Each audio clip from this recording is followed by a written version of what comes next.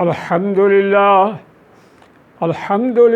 نحمده ونستعينه ونستغفره ونؤمن به ونتوكل عليه ونعوذ بالله من شرور أنفسنا ومن سيئات أعمالنا من يهده الله فلا مضل له ومن يضلله فلا هادي له ونشهد أن لا إله إلا الله ونشهد أن محمدًا عبده ورسوله أما بعد فأعوذ بالله من الشيطان الرجيم بسم الله الرحمن الرحيم يسألونك عن الخمر والميسر قل فيهما إثم كبير ومنافع للناس وإثمهما أكبر من نفعهما قال الله تبارك وتعالى في شان حبيبي مخبرا وآمرا إن الله وملائكته يصلون على النبي يا أيها الذين آمنوا صلوا عليه وسلموا تسليما۔ بحضور سرور کائنات محبوب خدا صلی اللہ علیہ وسلم کی ذات بابرکات پہ ہدیہ صلاۃ و سلام پیش کیجیے۔ الصلاۃ والسلام علیک یا رسول اللہ، الصلاۃ والسلام علیک یا حبیب اللہ، الصلاۃ والسلام علیک یا رحمۃ للعالمین۔ حضرات محترم معزز سامعین، میں نے آپ کے سامنے سورہ بقرہ دوسرا پارہ کی ایک آیہ کریمہ کا کچھ حصہ تلاوت کرنے کا شرف حاصل کیا۔ اس کا لفظی ترجمہ عرض کرنے کے بعد اس کی وضاحت اور تفصیل توضیح عرض کروں گا۔ دعا ہے کہ اللہ جل مجدہ الکریم بندہ ناقص العلم کو کلمات حق کا بیان کرنے کی توفیق مرحمت فرماوے، آمین ثم آمین، اور آپ کو اور بندہ نشید کو اس پہ عمل کرنے کی توفیق عنایت فرمائے۔ اس آیت کریمہ کا مقصود مفہوم یہ ہے کہ میرے اور آپ کے آقا محبوب خدا محمد مصطفیٰ صلی اللہ علیہ وسلم جب مکہ سے مدینہ کی طرف ہجرت فرمائی تو مدینہ میں یا آس پاس علاقوں میں یہ شراب بہت لوگ پیتے تھے، اور میں حرمت شراب کے موضوع پہ عرض کر رہا ہوں کہ ان کی گھٹی میں شراب تھی، اور شراب کے سوا وہ ایک لحظہ بھی نہیں رہ سکتے تھے۔ تو حضور علیہ الصلوۃ والسلام کی بارگاہ میں کچھ صحابہ آئے، عرض کیا یا رسول اللہ صلی اللہ علیہ وسلم کہ شراب کے متعلق اور جوئے کے متعلق کیا حکم ہے؟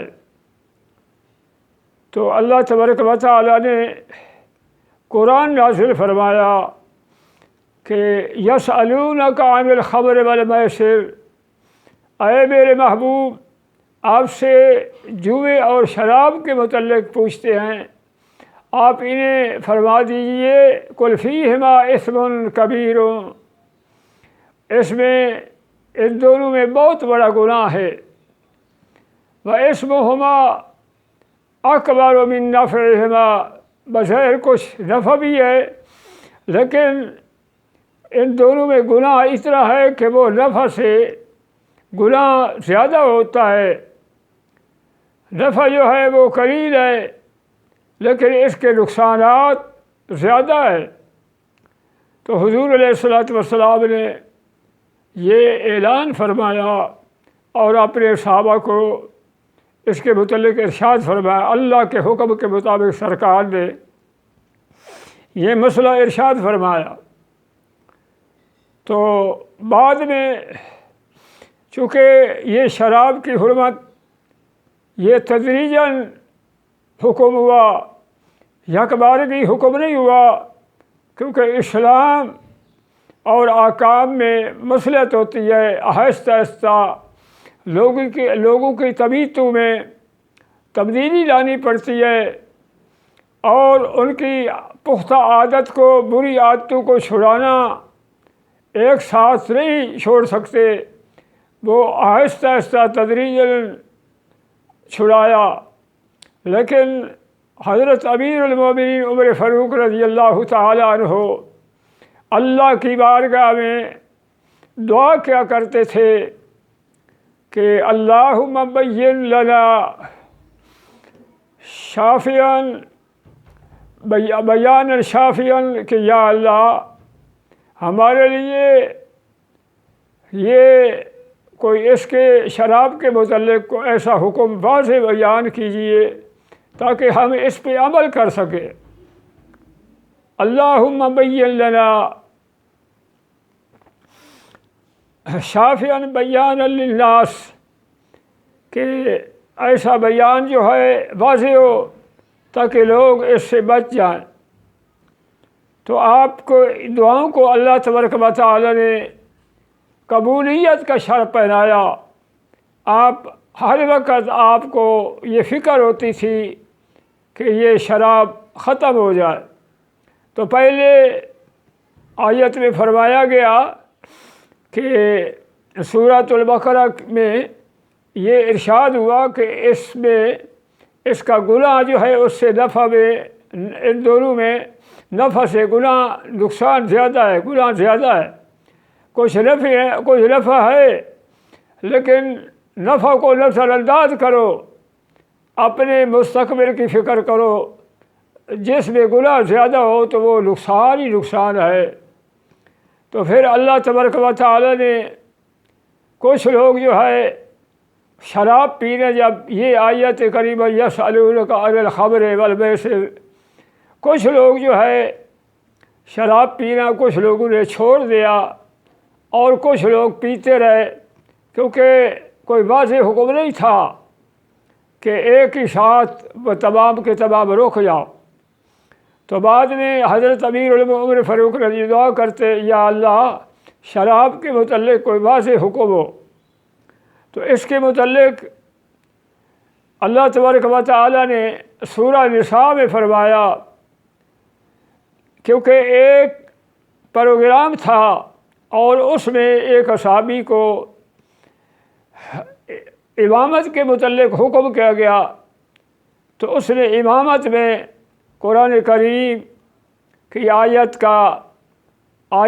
کے کچھ الفاظ ایسے پڑھے جو جس میں معنی تبدیل ہو جاتا تھا۔ معنی تبدیل ہو جائے تو نماز نہیں ہوتی تھی۔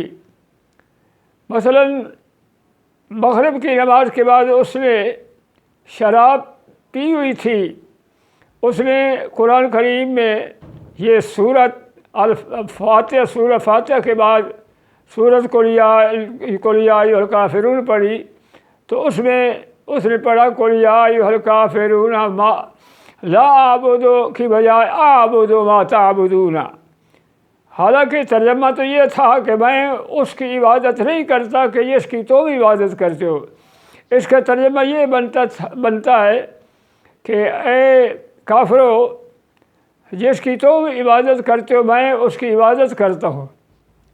تو مفہوم آیت کا جو ہے وہ معنی تبدیل ہو جاتا ہے۔ اس سے تحریف لفظی ہوئی اور تحریف معنوی بھی ہوئی۔ جب تحریف کا مطلب ہے کہ تبدیلی ہو گئی آیت کریمہ، جب تبدیلی آیت الفاظ کی تبدیلی ہو جائے تو معنی خود بخود تبدیل ہو جاتا ہے۔ تو اللہ تبارک و تعالی نے فرمایا کہ یا ایھا الذین آمنوا لا تقربوا الصلاۃ وانتم سکارا، کہ ایمان والو نماز کی حالت میں، نشہ کی حالت میں تم لوگ نماز کے قریب بھی نہ جاؤ، کیونکہ نشہ میں جب آدمی ہوتا ہے، سکر میں نشہ میں ہوتا ہے، مدہوش ہوتا ہے، اس کو پتہ نہیں ہوتا کہ میں نماز میں کیا پڑھ رہا ہوں اور میں کیا تلاوت کر رہا ہوں، جس کی وجہ سے معنی تبدیل ہو جاتا ہے۔ نماز کی حالت میں، نشہ کی حالت میں تو نماز کے قریب بھی نہیں جا سکتا، چاہے جائے کہ نماز کا پڑھنا۔ جب یہ آیت کریمہ نازل ہوئی تو اس کے بعد صحابہ نے نماز کی حالت میں جو ہے وہ بالکل شراب نہیں پیتے تھے، اور کچھ صحابہ جو ہے اس آیت پر عمل کیا کہ نماز کی حالت میں وہ شراب نہیں پیتے، نماز کے علاوہ جو ہے وہ شراب کے چونکہ عادی تھے وہ شراب پی لیتے تھے، اور ان کے ذہن میں یہ گمان میں تھا، کیونکہ اللہ نے پہلے تو نفع نقصان کے متعلق ارشاد فرمایا، اور پھر دوسرے درجے پہ اللہ تبارک و تعالیٰ نے ارشاد فرمایا کہ نماز کی حالت میں شراب نہ پیو، تو ہم نماز کی حالت میں شراب نہیں پئیں گے، نماز کے علاوہ جو ہے وہ شراب وہ پیتے تھے، وہ سمجھتے تھے کہ ہم شراب پئیں گے تو اس میں کوئی حرج نہیں۔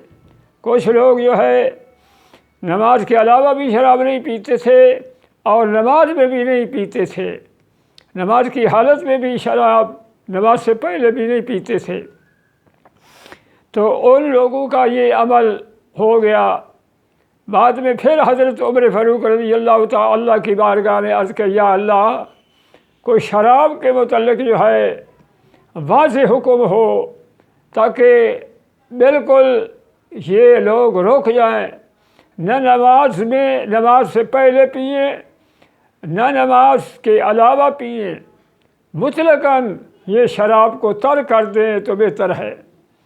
کیا سوچے حضرت امیر المومنین عمر فاروق رضی اللہ تعالی شراب کی حرمت کے متعلق اللہ سے دعائیں کرتے تھے۔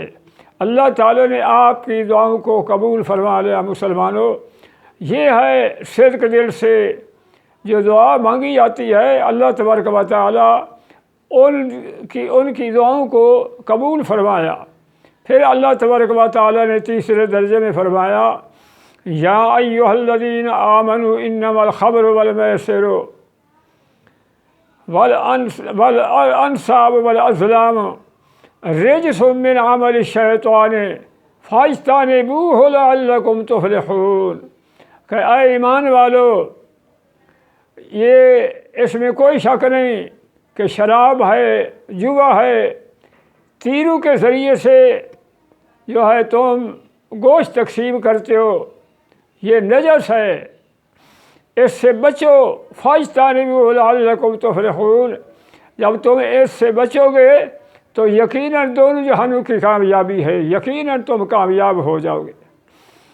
تو اللہ تبارک و تعالیٰ نے واضح فرمایا کہ یہ شراب ہے یا جوا ہے۔ جوا کیا ہوتا ہے کہ وہ بازی لگائی جاتی ہے، شرط لگائی جاتی ہے اس کھیل میں کہ اگر کوئی ایک جیت، دو آدمی کھیل رہے ہیں تو دو میں سے کوئی ایک جیت گیا تو دوسرے کے پاس جو شرط رکھتے تھے جتنے مال کی وہ مال لے لیتا تھا۔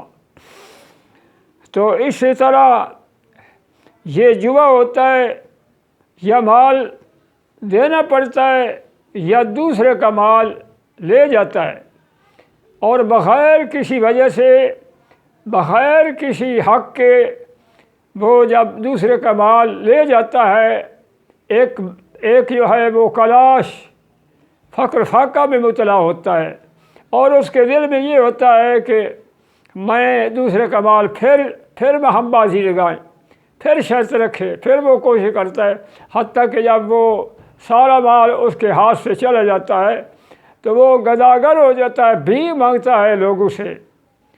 تو اللہ تبارک و تعالیٰ نے فرمایا کہ جوا ایک بری چیز ہے، کیونکہ یہ شرط کی بازی لگانا اور ایک دوسرے کا مال ناجائز طور پہ لوٹنا، یہ اللہ نے حرام کرا۔ اور شراب کے متعلق ہی فرمایا انما الخمر والمیسر والانصاب، اور انصاب کے متعلق فرمایا یہ بھی نجس ہے، کیونکہ کعبہ شریف کے آس پاس جو پتھر ہوتے تھے، پتھر لوگ کھڑے کرتے تھے، اتنی جاہلیت تھی کہ جب وہ قربانی کرتے تھے تو قربانی کا خون جو ہے ان پتھروں پر ملتے تھے، وہ سمجھتے تھے کہ اب ہماری قربانی قبول ہو گئی ہے۔ والازلام، اور یہ تیروں کے ذریعے سے گوشت تقسیم، مثلا 10 آدمی ہیں، وہ پیسہ اکٹھا کرتے تھے، جب 10 آدمیوں کا پیسہ اکٹھا ہو جاتا پھر ان میں سے 3 آدمیوں کو فارغ کر دیتے، 7 آدمی جو ہے ان تیروں پہ نشان لگا دیتے تھے کہ ایک حصہ ایک لے گا، دوسرا حصہ 2 کے برابر، تیسرا حصہ 3 کے برابر۔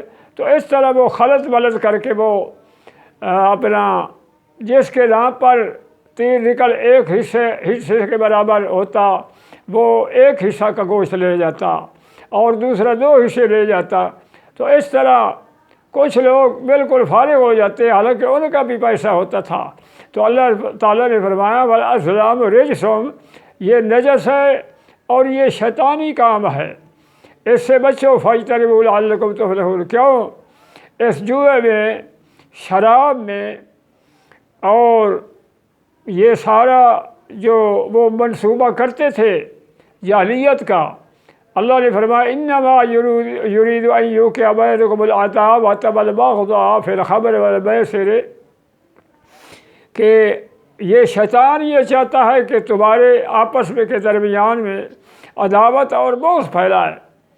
جب ایک دوسرے سے بغض ہو جاتا تھا، ایک شرابی ہے وہ گالی گلوچ دیتا ہے اور اس کو ہوش نہیں ہوتا، پھر دوسرے جو ہے گالی گلوچ دی، اس طرح وہ جھگڑے کی نوبت پہنچ جاتی، لڑائی کی نوبت پہنچتی، ایک دوسرے سے لڑتے برتے۔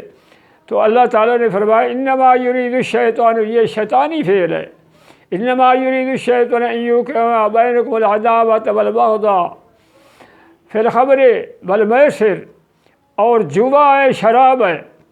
ایک سب سے پہلے اس میں یہ ظاہری نقصان ہے کہ ایک دوسرے سے عداوت کرنی، ایک دوسرے سے دشمنی کرنی، اور باطنی نقصان اس میں کیا ہے؟ باطنی نقصان یہ ہے کہ جب وہ جھگڑتے ہیں فتنہ فساد پھیلتا ہے۔ باطنی نقصان یہ ہے کہ وہ نماز وَيَصُدَّكُمْ عَنْ ذِكْرِ اللَّهِ وَعَنِ الصَّلَاةِ، کہ نماز جیسی عمل، مقبول عمل، نماز جیسا عمل مومن کے لیے اہم رکن ہے، اس سے وہ روکتا ہے۔ جو شرابی آدمی ہو وہ نماز نہیں پڑھ سکتا۔ وَيَصُدَّكُمْ عَنْ ذِكْرِ اللَّهِ، اللہ کے ذکر سے وہ غافل ہو جاتے ہیں۔ فَهَلْ أَنْتُمْ مُنْتَهُونَ، کیا تمہیں حالانکہ اتنا ہوش نہیں آیا کہ تم رک جاؤ؟ تو قرآن کریم میں اللہ تعالیٰ نے شراب اور جوئے کے متعلق ارشاد فرمایا، اس میں ظاہری نقصان بھی ہے اور اس میں ایمانی نقصان ہے، اس میں روحانی نقصان ہے، اور اس میں جسمانی نقصان بھی ہے اور مالی نقصان ہی ہے، اور اتنے نقصانات ہیں۔ تو اتنے نقصانات کے ہوتے ہوئے وہ اس سے نہ رکتے تھے، لیکن جب حرمت شراب کے متعلق آیا تو اللہ تعالیٰ کے وہ تربیت یافتہ اللہ کے محبوب صلی اللہ علیہ وسلم کے صحابہ جو ہے شرابی کی بھٹیاں جن کی پکی ہوئی تھیں اور مٹکے مشکوں میں شراب بھری ہوئی تھی، ان کو مدینے کو گلیوں میں اس طرح بہا دیا اور چھری سے مشکوں کو چیر پھاڑ دیا، وہ مدینے کی گلی میں جیسے کہ پانی بہتا ہے اس طرف بہتا تھا۔ لوگ حیران ہو گئے، یہ صحابہ کا عمل ہے، جب کوئی حکم ہوتا تھا تو اس پہ عمل کر کے دکھاتے۔ یہ نہیں ہے کہ یہ سن لیا اور سن کے اس کو نظر انداز کر دیا۔ اللہ کے محبوب کے فرمان کو، اللہ کے فرمان کو انہوں نے عمل کر کے دکھایا، لوگوں کو فرمایا کہ اے لوگوں، ہم محبوب کریم صلی اللہ علیہ وسلم کے غلام ہیں اور ہم اس میں نقصان سمجھتے ہیں جس سے اللہ تعالیٰ روک دے، اور اس کا نفع سمجھتے ہیں جس کا اللہ تبارک و تعالیٰ حکم دے دے۔ تو نفع نقصان حقیقت اللہ کے رسول کے پیغام پر موقوف ہوتا تھا، اور جس میں سرکار فرمائیں کہ یہ نقصان ہے تو وہ دل سے نقصان سمجھتے تھے۔ وہ ہماری طرح وہ تربیت یافتہ اور وہ صحابہ نہیں ہوتے تھے کہ اپنی عقل سے وہ نفع نقصان کو سمجھتے۔ ہم اپنی عقل کو یہ ذریعہ نجات بناتے ہیں اور ذریعہ نفع بناتے ہیں۔ عقل بعد کی بات ہے، کیونکہ شریعت جو ہے اس کا بول بالا ہے۔ اور اس کے متعلق حافظ عماد الدین ابن کثیر نے کہا کہ ایک بہت بڑا عجیب واقعہ ہے کہ ایک عابد تھا خلوت نشین، وہ ہمیشہ جو ہے وہ اللہ تعالیٰ کی عبادت کرتا تھا، دنیا سے کنارہ کش رہتا تھا، کوئی کسی کی بات نہیں سنتا تھا۔ تو وہ ایک امتحان میں مبتلا ہوا کہ ایک عورت جو ہے وہ حسینہ جمیلہ عورت تھی، اس کا ایک بیٹا بھی تھا، اور اس پر اس کی نظر پڑ گئی، اس پر وہ عابد فرفتہ ہو گیا۔ تو پھر اس کو خادمہ کو اس نے کہا کہ فلاں عابد جو ہے ہو سکتا ہے وہ نہ ہے، کیونکہ وہ عبادت میں مشغول رہتا ہے، لیکن میری طرف سے انہیں یہ پیغام پہنچائیں کہ ایک گواہی دینی ہے، حق کی گواہی ہے، وہ حق کی گواہی طلب کر رہی ہے، ایک عورت ہے، وہ بڑی مجبور ہے، مظلوم ہے۔ تو عابد نے یہ سمجھا کہ یہ اچھی بات ہے کہ ایک حق کی گواہی کے لیے پیش ہونا اور گواہی دینا، یہ بڑی اچھی بات ہے۔ تو اپنی عبادت خانہ سے اس عورت کی طرف جاتا ہے، آگے گیا تو دروازہ بند ہے، اور کنڈی کھٹکھٹائی تو دروازہ اس نے پہلے تو نہیں کھولتی تھی، بعد میں بار بار جو اس نے کنڈی کھٹکائی تو اس نے دروازہ کھول دیا، اور دروازہ کھولنے کے بعد اس نے دروازہ بند کر دیا، تالے لگا دیے۔ ایک عابد رہ گیا، ایک وہ فاجرہ فاسقہ خبیثہ عورت رہ گئی۔ تو اس کے بعد اس عابد کو ورغلایا، اس کو کہا کہ میں آپ کو جان سے ہلاک کر دوں گی یا ہلاک کراؤں گی۔ اب 3 چیزیں میں آپ کے سامنے رکھتی ہوں، اور 3 چیزوں میں سے ایک کو اختیار کرو، یا میرے ساتھ بدکاری کرو، یا یہ چھوٹا بچہ ہے اس کو قتل کرو، یا شراب جو ہے میں پیش کرتی ہوں شراب پیو۔ تو وہ عابد سوچنے لگا کہ اب کیا کیا جائے، اگر میں بدکاری کرتا ہوں تو یہ بڑا جرم ہے، میری عبادت ضائع ہو جائے گی، اور خلوت میں میرا بیٹھنا، نمازیں، ذکر فکر، تہجد، اللہ تعالیٰ کی یاد میں رہنا، وہ سارے کا سارا میرا ضائع ہو جائے گا۔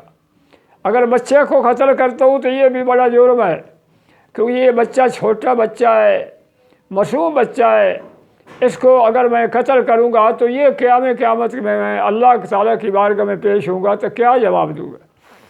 اس نے سوچا کہ پھر یہ شراب جو ہے یہ پی لیتا ہوں، کیونکہ شراب ان دونوں چیزوں سے، عورت کی بدکاری سے اور یہ قتل کرنے سے یہ کم ہے، تو میں شراب پی لیتا ہوں۔ تو اس نے شراب پی۔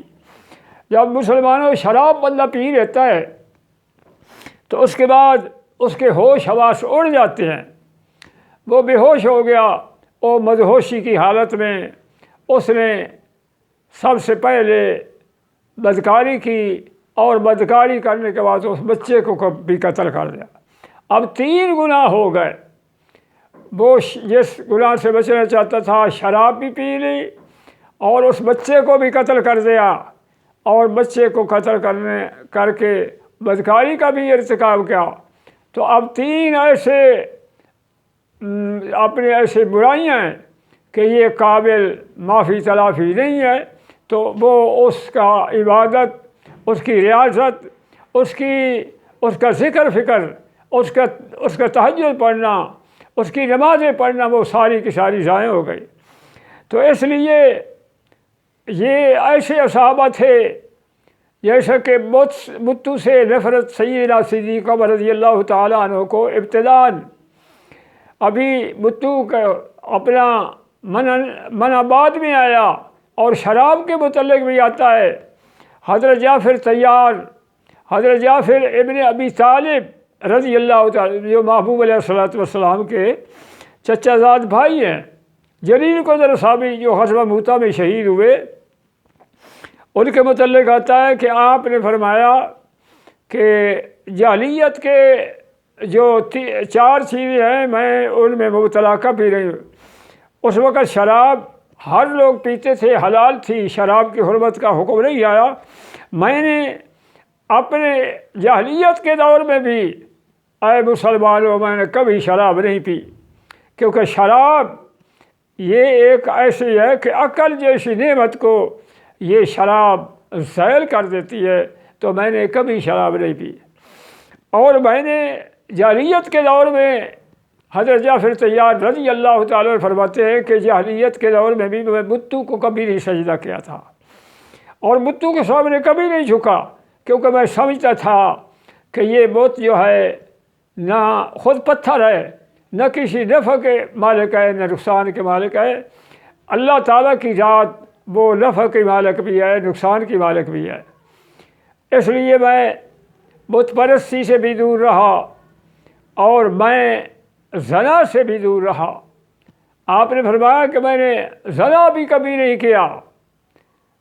اسلام قبل اسلام جاہلیت کے دور میں بھی میں سمجھتا ہوں کہ یہ کمینی پن ہے، یہ بغیرتی کا کام ہے زنا کرنا۔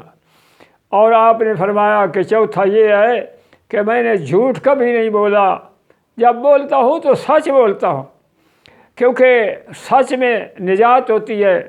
تو یہ چار چیزیں حضرت جعفر طیار رضی اللہ تعالیٰ فرمایا کہ چار چیزوں سے میں باز رہا اور لوگوں کو بتا گئے کہ اے لوگوں، یہ جھوٹ بولنا یا بتوں کے سامنے جھکنا یا شراب پینا یا بدکاری کرنا، یہ ایمان ختم ہو جاتا ہے، اسلام ختم ہو جاتا ہے۔ اس بندے کا نہ اسلام سے تعلق ہے، نہ دین سے تعلق ہے، نہ قرآن سے تعلق ہے، اور نہ محبوب خدا صلی اللہ علیہ وسلم سے تعلق ہے۔ تعلق ان لوگوں کو ہوتا ہے جو اللہ کے فرمان کے مطابق زندگی گزارے۔ تو اس لیے عرض کر رہا ہوں کہ یہ شراب جو ہے اس وقت امریکہ ہے اور یورپ ہے، وہ ابتداءً انہوں نے قانون بنایا تھا کہ شراب ہم بند کرتے ہیں، شراب میں بڑا نقصان ہے۔ تو کئی سال اس پہ عمل کیا گیا، حتیٰ کہ 300 آدمی کو انہوں نے تخت دار پہ لٹکایا۔ کوئی شراب پیے گے 300 آدمی کو، اور کئی سینکڑوں کو، ہزاروں کو انہوں نے جیل میں دیا کہ وہ قانون انہوں نے بنایا کہ جو شراب پیتا ہوا پکڑا گیا تو اس کو اتنی سزا ہوگی۔ لیکن وہ امریکہ ہے، یورپ ہے، برطانیہ، سارے کے سارے جتنے لوگ تھے وہ حتیٰ کہ پھر بھی باز نہ آئے۔ تو پھر کئی سالوں کے بعد جو ہے اس نے خود یہ قانون واپس لیا کہ ہم اس قانون پہ عمل نہیں کرا سکتے۔ لیکن کیا بتاؤں، میرے آقا محبوب خدا صلی اللہ علیہ وسلم جب اشارہ کرتے تھے تو لوگ جو ہے اس پر اپنی زندگی پوری تبدیل کر دیتی، زندگی میں انقلاب پیدا کر دیا۔ خود نہ تھے جو راہ پر اوروں کے ہادی بن گئے، وہ کیا نظر تھی جس نے مردوں کو مسیحا کر دیا۔ تو مسلمانوں، میرے آقا محبوب خدا محمد مصطفیٰ احمد مجتبیٰ صلی اللہ علیہ وسلم قانون اگر اس وقت پاکستان میں یا دیگر ممالک میں اسلامی احکام جاری ہو جائیں تو پھر نجات کیوں نہیں، کامیابی ہر مقام پر مسلمانوں کے زمین قدم بوسی کرے گی، کامیابی ہو جائے گی۔ تو اللہ تعالیٰ جو یہ ارشاد فرمایا کہ یہ چیز سے بچ جاؤ، اس میں ملکی نقصان ہے اور اس میں پیسہ جو ہے بہایا جاتا ہے اور اس میں کوئی لیکن ایک زہری عیاشی زندگی کا پتہ نہیں ہے، کیونکہ شرابی آدمی جب اس دنیا سے جاتا ہے تو وہ بے ایمان ہو کر جاتا ہے اور اس کا خاتمہ ایمان پہ نہیں رہتا۔ تو نبی پاک صلی اللہ علیہ وسلم نے فرمایا کہ شراب جو بنانے والا ہے اس پر بھی اللہ کی لعنت ہے، اور جو شراب نچوڑنے والا ہے اس پر بھی اللہ کی لعنت ہے، جو شراب فروخت کرنے والا ہے اس پر بھی اللہ کی لعنت ہے، جو خریدنے والا ہے اس پر بھی اللہ کی لعنت ہے۔ تو اللہ تعالیٰ نے فرمایا جو شراب کا بھٹکا اٹھانے والا ہے اس پر بھی اللہ کی لعنت ہے، جو شراب پینے والا ہے اس پر بھی اللہ کی لعنت ہے، جو اس میں شراب کے مدد کرتا ہے شراب بنانے کی، تو اس پر بھی اللہ کی لعنت ہے۔ تو 10 آدمیوں پہ اللہ تعالیٰ کے محبوب نے فرمایا اللہ لعنت فرماتا ہے۔ تو اب ہمیں چاہیے کہ اللہ تبارک و تعالیٰ کے اس حکم سے، زجر توبیخ سے، اللہ کے عذاب سے ہم بچنا چاہتے ہیں تو ہمیں کوشش کرنی چاہیے ہر آدمی کو اپنے اندر اسلام کا نفاذ کرنا چاہیے انفراداً۔ اگر ہر معاشرہ، ہمارے معاشرے میں ہر شخص جو ہے عمل پیرا ہونے کی کوشش کرے گا تو سارا جو ہے مجموعی طور پر سارے لوگ جو ہے وہ عمل کریں گے۔ اگر فرداً ہر آدمی جو ہے یہ کہے گا کہ نہیں فلاں آدمی یہ کام کر رہا ہے، فلاں دلیل نہیں ہے، بلکہ دلیل ہے اللہ تعالیٰ کا فرمان اور اللہ کے محبوب کا فرمان اور صحابہ کا عمل، اور صحابہ نے شراب کو ختم کر دیا، بلکہ اللہ کے محبوب نے فرمایا کہ جن برتنوں میں شراب بناتے تھے وہ بھی استعمال نہ کیا کرو۔ اور بعد میں پھر حکم آیا کہ اب جس وقت صحابہ کے تباہ اور لوگوں کے تباہ حجاز مقدس میں، مکہ مدینہ میں پختہ ہو گئے تو آپ نے فرمایا اب تم وہ برتنوں کو استعمال کر سکتے ہو، لیکن برتنوں کو صاف کر کے پاک کر کے، وہ برتن مختلف ہوتے تھے، کوئی مٹی کے برتن ہوتے تھے، کوئی جو ہے کدو کے بنائے ہوئے برتن ہوتے تھے۔ تو جو ہے جیسا کہ اس وقت لوگوں کے اپنا شراب بنا کے رکھتے تھے مشکیے، وہ ساری کی ساری چیزیں۔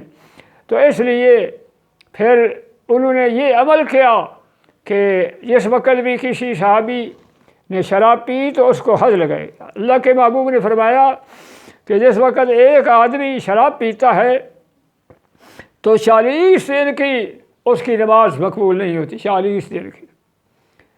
اور پھر اگر وہ تائب ہو جاتا ہے تو اللہ تبارک و تعالیٰ اس کی توبہ کو قبول کرتا ہے۔ پھر اگر پیتا ہے تو پھر 40 دن جو ہے اس کی نماز قبول نہیں ہوتی۔ پھر وہ اگر تائب ہوتا ہے تو اللہ تبارک و تعالیٰ اس کی توبہ قبول کرتا ہے۔ پھر اگر پیتا ہے تو پھر 40 دن کی اس کی نماز مقبول نہیں ہوتی۔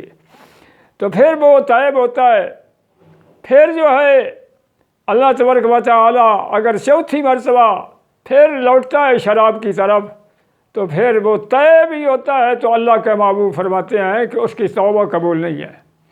تو اب یہ کتنے دور لگتے ہیں شادیوں میں، خوشی میں، بیاہوں میں، نوجوان جو ہے یہ نسل ہے اور اتنی بگڑی کہ اس وقت ابتداءً جب والدین کے کنٹرول سے نکل جاتی ہے تو والدین کا حق بنتا ہے کہ ابتداءً ان کو اپنی نظر کے نیچے رکھیں اور ان کو اپنی نظر میں رکھیں اور ان پہ کنٹرول کریں، پابندی کریں، کیونکہ سب سے پہلے والدین سے اس کے متعلق سوال ہوگا کہ آپ نے ان کو کیوں برائی سے نہیں روکا۔ تو اللہ کے محبوب نے فرمایا کہ اب جو شراب لوگ پیتے ہیں کہ اللہ کے محبوب نے فرمایا اگر کوئی برا کام کرتے ہوئے دیکھتا ہے تو اس کو ہاتھ سے روکنا چاہیے۔ اگر فَإِن لَّمْ تَسْتَطِع، اگر ہاتھ سے نہیں روک سکتا زبان سے روکیں، اگر زبان سے نہیں روک سکتا تو دل سے اس سے نفرت کر جا۔ تو یہ 3 درجے ہیں تبلیغ کے، یہ تبلیغ کے 3 درجے ہیں۔ تو ائمہ محدثین نے فرمایا، فقہاء فرماتے ہیں کہ یہ 3 درجے ہیں۔ عوام، حکومت کا کام ہے ہاتھ سے روکنا، یہ درجہ ان کو طاقت ہے، عوام کو طاقت نہیں ہے۔ اور پھر زبان سے روکنا دلائل کے روح سے، یہ علماء کا کام ہے، اور عوام جو ہے اس سے دل سے متنفر ہو جائے۔ اگر یہ تبلیغ 3 درجے نہ ہوئی، تینوں درجوں میں کوئی ایک حصہ بھی تبلیغ کا نہیں پایا گیا تو مسلمانوں اس کا ایمان سے کوئی تعلق نہیں۔ دعا ہے کہ اللہ تبارک و تعالی جو چند الفاظ میں نے بیان کیے ہیں یہ حرمت شراب کے متعلق ہیں، اور جس نے سنا ہے اور اس پہ عمل کرنے کی توفیق عنایت فرماوے۔ آمین ثم آمین۔ وما علینا الا البلاغ المبین۔